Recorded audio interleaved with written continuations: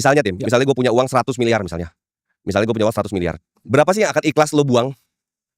Misalnya lo punya uang 100 miliar Tim. Betul. Gue tahu lo lebih duit lo ya. Tapi sebutlah 100 miliar. Berapa yang akan ikhlas lo buang untuk bisa memiliki power yang bermanfaat atau membagi-bagi ke masyarakat? Pasti nggak sebesar itu dibanding kalau punya kebijakan. Sebut. Misalnya 20 miliar? Yakin lo 20%? Ya 10 lah, 10. Yakin 10%? Mungkin kalau gue pribadi karena gue sukanya emang begitu, gue mungkin 10% ya. Yakin 10%? Yakin. Berarti kalau Timothy punya 1T, berarti bisa lah gue minta 100M untuk dibagi-bagi masyarakat ya? Gue emang targetnya segitu. Iya. Jadi 10% itu Timothy. Di agama aja zakat itu cuma 2,5%. Iya. Itu pun banyak yang nggak bayar Tim. Betul.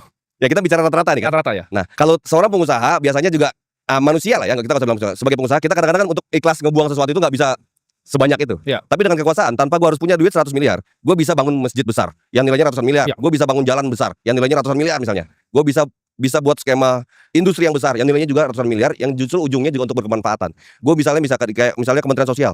Kalau punya kekuasaan bisa membantu masyarakat di Sumatera Barat ini, alhamdulillah Pak Mensos, terima kasih kita dapat dana 2,5 T untuk membantu masyarakat Sumatera Barat dalam konteks bantuan sosial. Iya. Tim, impact lebih besar ya menurut gue. Iya. Karena gue nggak mungkin bisa seikhlas itu, mungkin kita harus fair secara manusia. Lu punya 100M, apa lu bisa buang 80M? Pasti enggak, itu nggak mungkin.